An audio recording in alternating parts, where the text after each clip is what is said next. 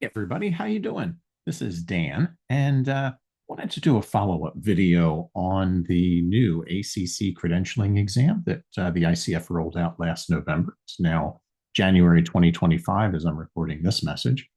And a number of you have reached out after watching that video that I did on the 10 sample questions and asked if I've had any other resources or am I aware of any other questions available to help you prepare for the exam. And as I thought about that, I remembered that way back in my initial credentialing journey back in 2017, 2018, when the ICF had the original credentialing exam, the CKA, the Coach Knowledge Assessment, they offered 5 questions to help prepare for that exam, which was 155 questions long. And I still had those hidden in my archive, gathering digital dust. I was able to dive in and dig them out and prepare this presentation for you. Everything that I have heard about the new ACC exam from those who have taken it reminds me very much of what the old CKA, the Coach's Knowledge Assessment, was like. So I'm bringing these 5 questions forward to share with you now, hopefully to help you prepare for that exam. Let's dive into them. 5 bonus questions to prepare. That original question, an appropriate role for a coach in goal setting, planning, and prioritizing with a client is. Let's break these answers down. Ask the client about potential positive outcomes.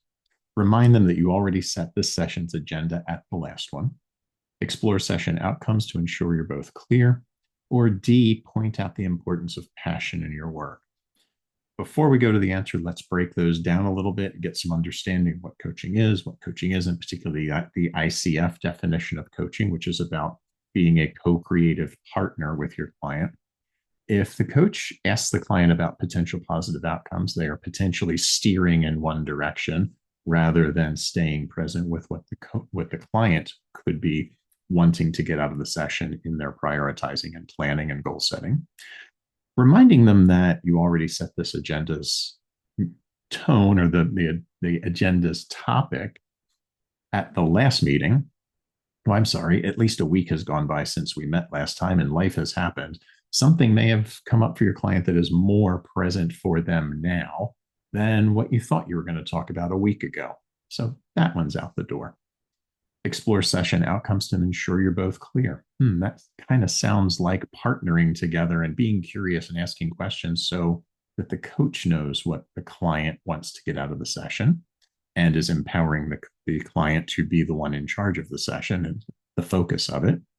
And D, pointing out the importance of passion in your work, very much like answer A, is the coach choosing and focusing on the positives and about being passionate in the work you do, rather than being open to discussing agendas with the client and prioritizing and planning.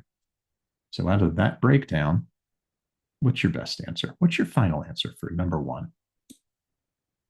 Explore session outcomes to make sure you're both clear. There's a clear partnering going on there.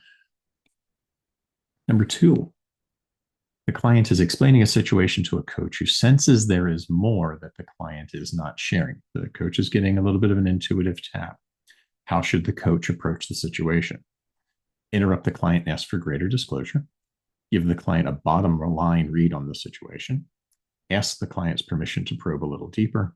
Give the client feedback on the importance of honesty in coaching. Now, number 1, breaking it down. Interrupt the client to ask for greater disclosure. In foundational trainings, one of the foundational skills that you are taught as a coach is to not interrupt the client. 99% of the time, that's true. I might even flex that to say 90% of the time, that would be a true statement. Do not interrupt the client.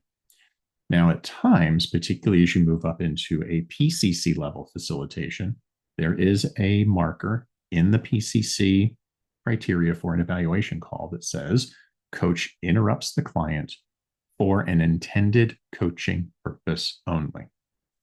That does not give you the freedom to just interrupt the client all the time, or because you want to take the conversation in a certain direction. This is not a get out of jail free card. So lean into the ACC expectation here. We do not interrupt the client. We'll ask for that greater disclosure later at this point in time. B, give the client a bottom line read on the situation. Well, whose bottom line are we talking about? Is this the coach being too abrupt, too blunt in the situation and coming from a projection in our chair rather than being curious about what is the client holding back? C, ask the client's permission to probe a little deeper. Asking permission, letting the client choose and have autonomy, which is core competency number 2, recognizing that the client is autonomous as we sit in the coaching chair, embodying a coaching mindset. And or give the client feedback on the importance of honesty in coaching. Well, yeah, it's important that they be honest. It's important that we both be honest about it. But that might also be the coach being too blunt and calling the client out when there's something maybe they aren't holding back. Maybe it's a perception from the coach that the client is holding back. We don't know that. So in the alignment to the core competencies, particularly core competency number 2, ask the client's permission to probe a little deeper. They can choose if they want to and are ready to disclose anything else they might be holding back on. We don't know why they might be holding it back. Ask to see if they want to go deeper. Number 3, the client who brings many issues to the table. It's best for the coach to pick the option that, one, where the coach has the most expertise, of asking what the client would like to start with, what looks like will be most likely handled within the time available, or D, what the coach thinks can do the most good for the client. Let's just wipe that one out right there because it starts with what the coach thinks. Doesn't matter. The client's in charge of the session. We are there for them to serve them. So it's not about our perception of what will do them the most good. Let's just wipe D out of the way now. A, where the coach has the most expertise. That sounds like it's leaning into consulting space of let me share my expertise with you and tell you what it should be because this is the one where I know. No, that's making it about the coach. B, asking what the client would like to start with. Sounds like a partnering. Notice that word asking again coming into the space. C, what looks most likely to be handled within the time available. We don't know how long any of them will take. We might have an assumption. We might think one is going to take longer than another. Doesn't matter. We ask what the client would like to start with. Got a number of issues here. This is basic contract setting, core competency number 3. What's our focus today? Client gives you a number of options. Which one is most important? Which one would you like to start with? Number 4, an appropriate role for a coach in goal setting, planning, and prioritizing with a client is. Now, as we look at this one, this is one of those tricky questions that sometimes come up in multiple choice tests where it could be one of 2, and we need to pay close attention to figure out which one is the correct answer rather than the one that looks like it might be right. Well, the first one, let's just write off A, critiquing and embellishing the client's goals. It is not our job to critique or embellish. We are a co-creative partner. So let's wipe away A. Let's also take the time here to wipe away C, taking charge of the process to ensure it's completed. That's not our role either. We are not directive. We don't take charge of the client's process. So A and C are out the door. That leaves us with B and D. B, letting the client self-determine the need for goals. That sounds like we're empowering them and recognizing their autonomy. Or D, facilitating a process around the client's goal setting and prioritizing. Which one is it? They both sound good to a degree. Let's look at it this way. If we let the client self-determine the need for goals, why do they even need us? Our job is to be a co-creative partner. And as I shared this with one person, let's go really to a ridiculous place with this one. Let's say your client is ready to break out of their comfort zone. They want to do something big and bold. And they just saw a video on YouTube or maybe on Instagram of an individual who recently, within the past year or 2, jumped out of an airplane without a parachute after just doing their thing. And all the footage all the way out, they landed safely because they were with a parachute team. And they decide they want to do that. Not aware of how much training went into it, all the other prep and planning that went into it. Not particularly a great idea in my not so humble opinion. But they decide they want to do that without any training at all. They just want to go jump in a plane and go. Well, first off, it's not going to happen because no skydiving facilitator will allow that to happen. But if we let them self-determine the need for goals, if that was all available, they could potentially go out and jump out of an airplane without a parachute. Again, going to a ridiculous level with this to make a point. We hear that. And of course, our desire for their safety might come forward. Like, I hear you saying that. I'm not disavowing it, not judging it. Can we talk about it?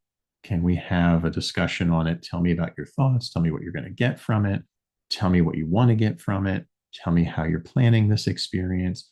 And can we kind of play, is it okay if I play devil's advocate here? We can offer a perspective. Can we look at this from a different perspective? Which now brings us into facilitating a process around the client's goal setting and prioritizing. Maybe they still want to do it, but it's years down the road and they're actually going to go get some skydiving training and experience before they ever consider jumping out of an airplane without a parachute. Yeah. Probably not a real life scenario, but letting the client self-determine the need for the goals, we might not be serving them. Facilitating a process around the client's goal setting and prioritizing to help bring clarity, help think it through, bounce it back and forth, find what we think at the moment or what we can bring together as the best path forward or the next path forward in steps. That's our job and role. So think about, again, going back to the partnering relationship here. And then the last one, the last of the 5 bonus questions. Every coaching conversation should include an action plan, an agenda identified by the client, a review of fieldwork, or a summary by the coach of the client's progress. Only one of them happens and should happen in every session. It's not an action plan. Sometimes sessions are what I call unpacking sessions, where the client is just getting things off their chest and there's no real action to come from them. It's more of a processing after the session. So not every session has an action plan. Wipe away A. An agenda identified by the client. Core competency number 3, setting the agenda, setting the topic of the session, creating the focus and maintaining that agreement throughout. Every session has to have an agenda identified by the client. Review of the field work, we might or might not, depending on what's going on. Have they gone out and done the work? We might have a touch base, but that doesn't mean it happens in every session. And a summary by the coach of the client's progress? Not necessarily. We might at some points have a review back when we are celebrating their success and recognizing their success and facilitating their growth. We might do a summary somewhere along the line about their progress and what we've seen in them to keep them engaged and empowered or to help empower them forward. But it's not something that happens in every session. The thing that happens every time is an agenda identified by the client. Otherwise, we don't know what we're talking about in the session. So I hope these 5 extra bonus questions have helped in preparing you to take the new ACC credentialing exam. If along the way you have additional questions, let's keep the conversation going. Please scan that QR code that'll take you over to my free resources for coaches page on my website, transcendentliving.com. And there'll be a group there you can join. There will also, as I said, there are those free resources to get you aligned. I'm here for your success. Let's keep that chat. If you have any questions, feel free to reach out. I'm always happy to have a conversation with a dedicated coach who is going for their credential. Let's make this world a better place. Let's keep up-leveling the coaching field, and let's support each other along the way. Be well. I wish you success on your exam.